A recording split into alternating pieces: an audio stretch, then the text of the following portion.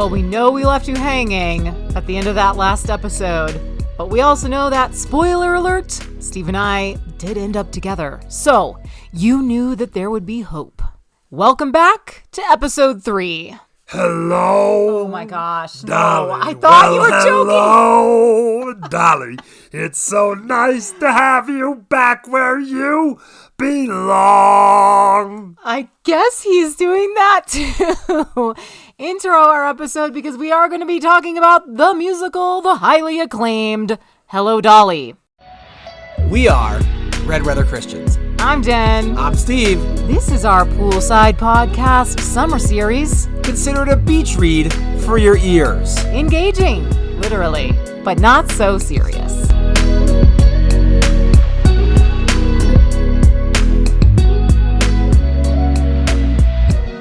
So, at Hello Dolly tryouts, I got the okay, the go-ahead, the promise that was fulfilled, even. Yeah, when you say promise, it's like 50-50. Of a date. But Hello Dolly was actually what made everything about our relationship work. For starters, we both got cast again as chorus members. Woo-hoo. If you don't know the musical, it's all about couples. So it was inevitable that you're going to have male-female dance partners created for all the dance numbers. And pairs were being made based on height. Yeah, so we were lining up by height, girls, guys, and unbeknownst to me, Steve was making some arrangements. In his line, he was counting down the girls' line, the guys' line to see where we each fit.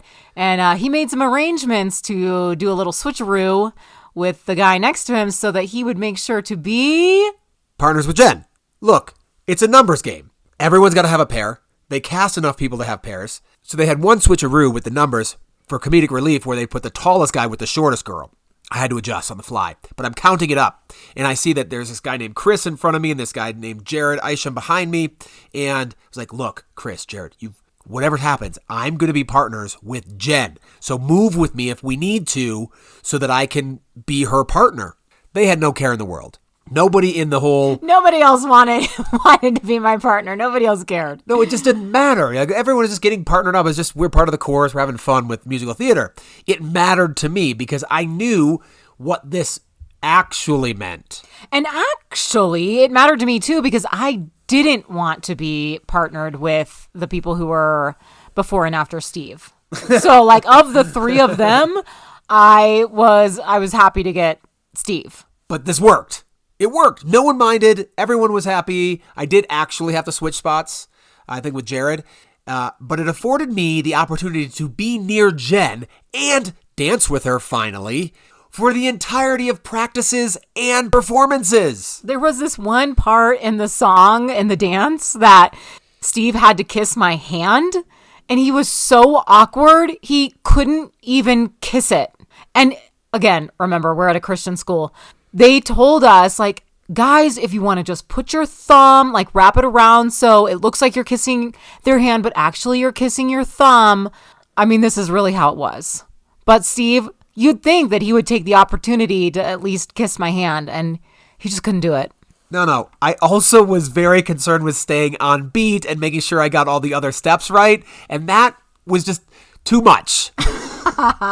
Oh. So anyway, of course, we're in a performance again. That means we're also in theater productions class together again, which didn't happen in the previous year of our life together. You had to do tech for a production. So this time, our mandatory tech was for Charlie's Aunt. A really kind of boring play. I guess so. But Yeah. It had some really fun people in it. Yeah, definitely. I was working mostly backstage. Steve was working the soundboard we were trying to remember. We're pretty sure it was with Jeremy Bernard, working lights.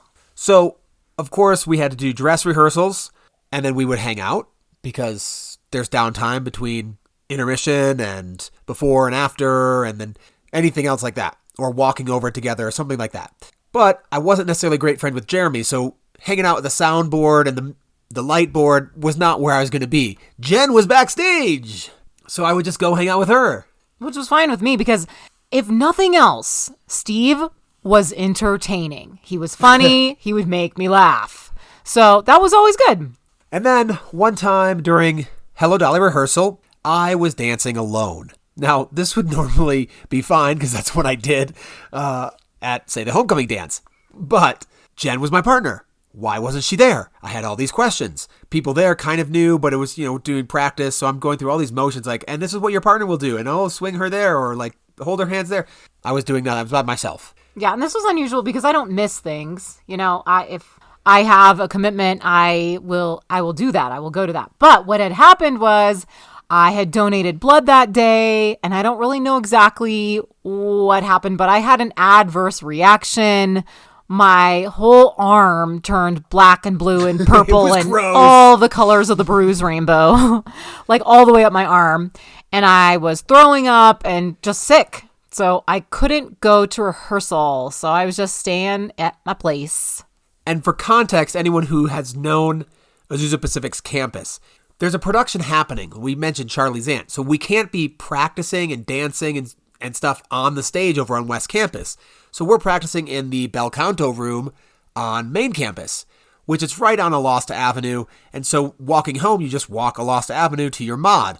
Jen's mod happened to be right on the street. So again, don't consider me any sort of chivalrous gentleman here. I was walking by her place and it was very convenient to just stop by and say, hey, how are you doing? Missed you at practice tonight. But to me, I was like, oh my gosh, that's so nice for him to stop by and check on me. Like, that's really nice. When you're just feeling sick and awful, and it's such a wonderful feeling when somebody cares about you.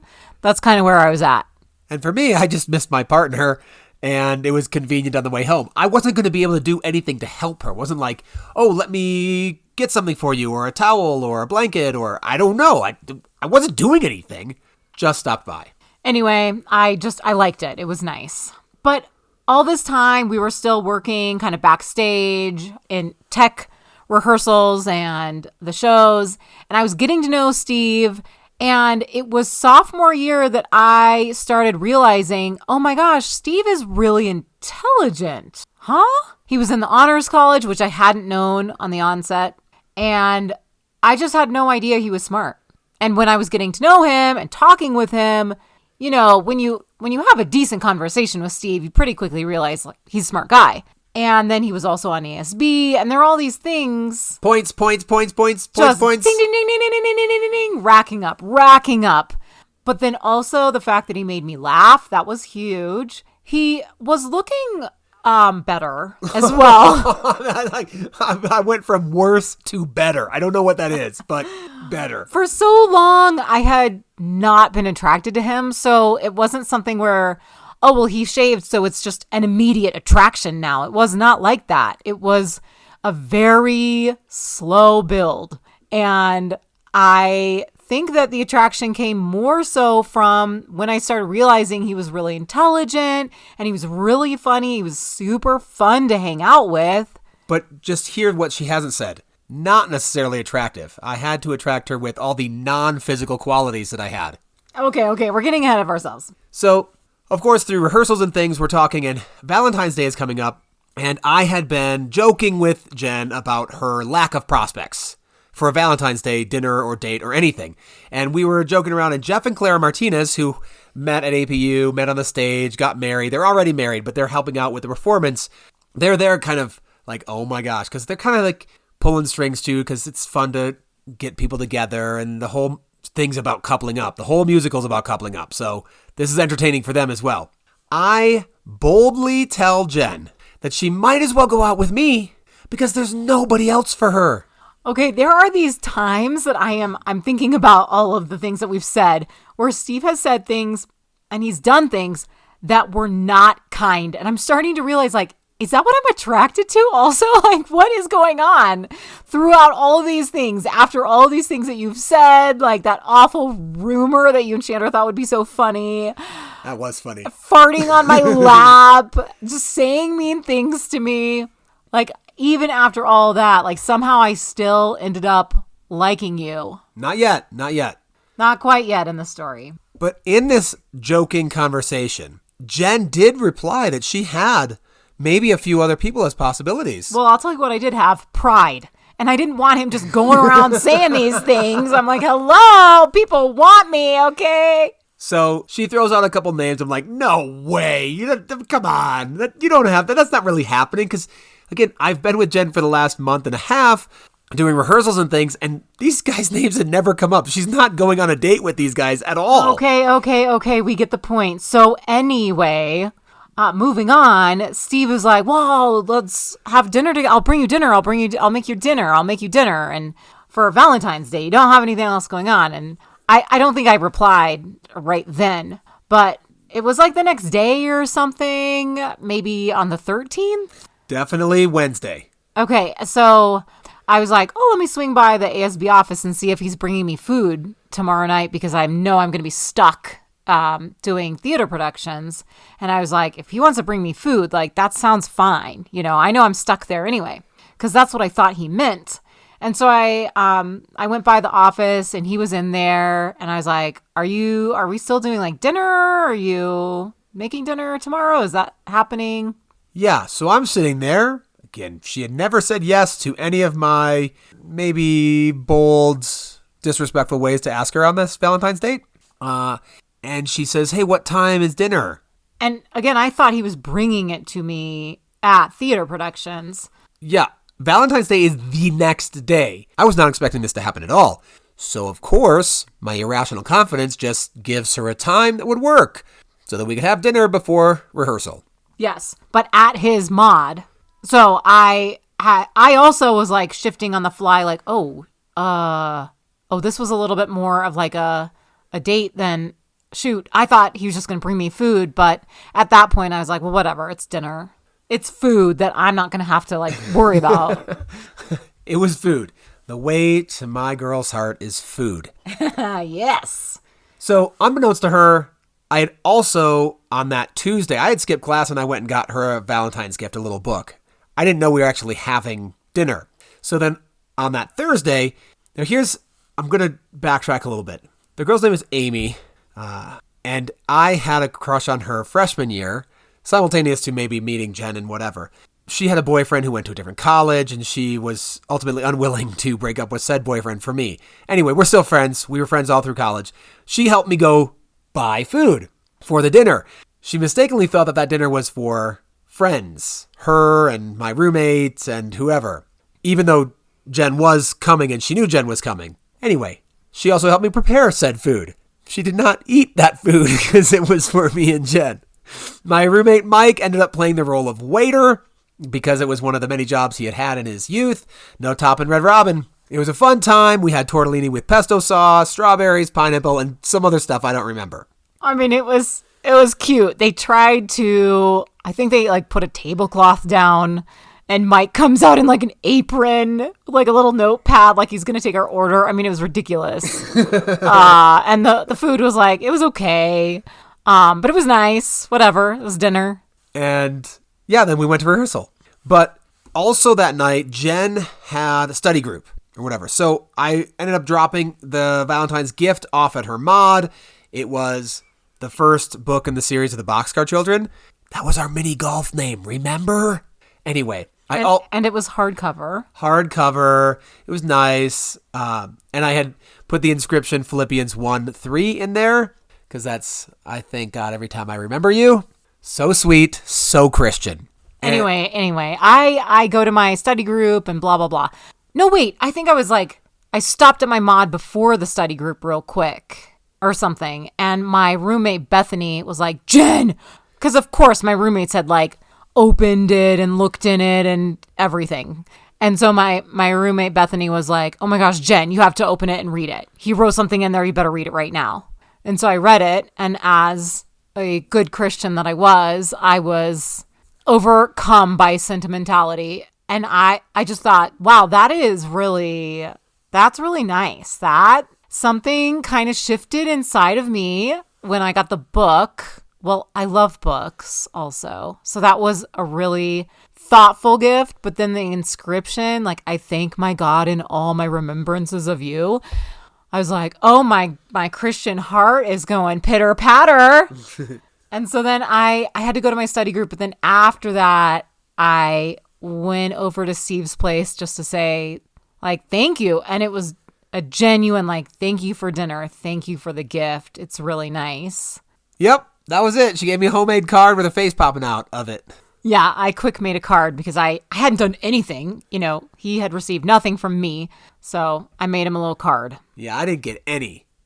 But things for us, it was mainly we hung out at rehearsal. We saw each other on campus from time to time. But there was about a week there where we had, practice and such. And then Jen went away for an overnight choir trip, February 23rd, 24th time. Yeah, and I remember when I was away, I was like, oh, what is this feeling? I feel like I miss Steve. I feel like I would love to be with Steve right now. I miss him. What is going on? What is this? And I told Chandra, because she was there again. And she was just kind of like excited. She's like, oh, Jen, you finally fell for him. And yeah, I mean, I knew at that point, I was like, all right, I guess I like him now. And she was banking on the fact that I still liked her as well. I mean, it had just been days since our Valentine's dinner, so. But it wasn't like you were giving me anything from the first date till this day at all. So anyway, and then I get back from my little choir trip, and I tell Steve that I'd like to talk to him. And yeah, we meet up, I think, before rehearsal? After rehearsal. After rehearsal. And we were sitting in my car, and I just basically tell him, hey, I guess I like you now. So officially this is called a DTR on APU's campus or any Christian college campus. This is a define the relationship. Yeah, so we defined our relationship that night as, well, let's be boyfriend and girlfriend. Yes. So to seal this official boyfriend-girlfriend status, Jen wanted a kiss. Well, we had gotten out of the car at that time, and I think we'd hugged. And was I talking about kissing? You did. I said it would be cliche. I was like, nah, let's wait. I didn't care about being cliche. So we did what I wanted to do. So we kissed. So it's official. February 24th, 2002, we were a couple. Yeah. Exclusively. Ooh. I do remember, like, coming back and telling my roommates, they were flabbergasted. Like, they did not... All they had known, aside from the Valentine's Day dinner and the book and stuff, was that I hated this guy. Like, that's what they thought. I was creepy. I was stalkish. Whatever. Because, like, all the things that I was saying about Steve to my roommates were the negative things. So they were almost angry at me. I do remember that. It was weird. They were like, Jen, I think maybe, as a trying to be protective of me, because all they'd heard from me was these negative things. And then I say, I'm dating him now. And they're like, no, he's not a good guy. And I'm like, but he is. And I never filled you in and all the other parts of the story. All you got was the negative. Whereas my roommates ended up filming this, like, Steve, tell us what happened. And so, a short aside, when we got to our mod, there was underneath one of the bunks this, not ours, but someone else's tally game. And we were like, what is this? Oh, on a bed. We're like, this is weird. So we decided to make our own tally game, put our names on there, and it was just kissing girls. So I'd already had a tally. I think Mike had a tally. Basically, we were all not tallying at all. But we had a couple of instant wins. One instant win was if anyone kissed the RD, Kellyanne, because she hated us. That was an instant win. Then we each had kind of instant wins for ourselves. Mine was everyone knew Jen hated me, didn't want to be with me. So if I could kiss Jen, that was an instant win. Some of them disagreed on the instant win later, but so call it a tie in the end, right, Mike? But I'm on film. There's some record of this, of me telling them, yeah, kiss Jen. I think we're an item now. I think on the film, it was actually like, you came home and you almost seemed a little sheepish and you were kind of like, oh, guess who I kissed? Like, you didn't say it right out. And then I want to say it was Chris was there and he was like, Jen? Like, really quietly. Chris would do that, yeah. And then you said yes and they were like, what? No. It's crazy. And keep in mind, Hello Dolly being this couple's musical, we were not the only couple to come out of that musical. Not just dance partners, but other people, all sorts of things. So that's a big deal, right? Yeah, that started it all. And then, let's see, Steve decided to run the LA Marathon. So, of course, as the girlfriend now, I come and support him. Which, just to put this in the future, when we're separate in the summer, I had a picture of us together at said marathon, or after the marathon, that I had all summer long, and it was a great picture of her. Not necessarily me, I just run a marathon. So that day was meaningful. Yeah. I was wearing like a super small, tight little shirt. Oh, gosh. Anyway. Just normal stuff. Yeah. Normal stuff. But the marathon was kind of rough for Steve. Well, I had mostly trained since January. This is early March to run it. And I hit the wall. Like, that's real. It happens. I went to just stop and stretch my calf because it was hurting, cramping. And then I couldn't run again. I had to walk the last 2 miles, and it took me 45 minutes to walk 2 miles. Oh my gosh, so sad. And then just because your body goes through a lot with a marathon, my ankle hurt the next few days. So how do I immobilize my ankle if I don't have a brace? Well, I put it in a ski boot. Oh my gosh, it was hilarious. I would get a longboard, put the ski boot on the longboard, and then, pedal with my other foot. Just visions of Steve on this longboard with a ski boot on. It's great. So then during Hello Dolly, Jen's parents want to come see Jen in the musical. So, of course, now that we're dating, I'm immediately thrust into that meet the parents situation. So I get to meet her parents. They come to the show. They see it. They love it. They take us out to eat. Don is just talking about the car he has, having airplane engine parts. I don't know, something like that. Yeah, my dad talking about cars. It's pretty normal. But I do remember, like, as we were walking into the restaurant, Steve and my dad are walking together, and then it's my mom, and she turns around to me and says, "Oh, Jen, his eyes." And I was like, "Yes, Mom, I know. And then they tell me, "Hey, order whatever you'd like." So Steve takes that literally and orders the messiest entree on the menu. I got ribs. Barbecue ribs. They bring out like a bucket, a bib, wet wipes. Look, there were no pretenses. There was no thoughts about how it would look eating them. I just got what I thought I wanted. I mean, this is Steve through and through. Order whatever you want. Well, I wanted ribs. Anyway, but I was just thinking, like, who does that? First time meeting the parents. And I knew it was fine because my parents are not pretentious in any way.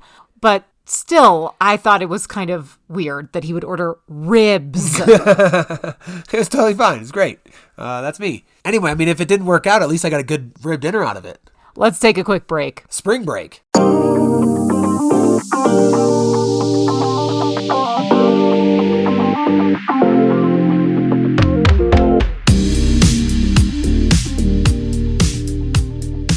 And we're back from the break to talk about Spring break. Woo woo. So, I don't know what Jen did. She just went home. Boring.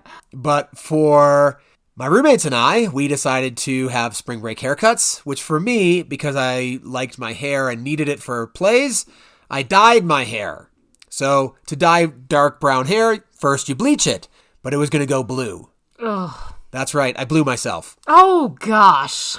That's Arrested Development. I know. Totally fine. I know. Anyway, so my hair was blonde, then blue, and then I went camping with my friends for spring break, and we were camping by the ocean, and we went skinny dipping into the ocean, and the blue pretty much went out. Of course you went skinny dip. It was a great white streak of 7 of us running in. Yeah. There are some other funny stories from my spring break, but again, I don't know what Jen did.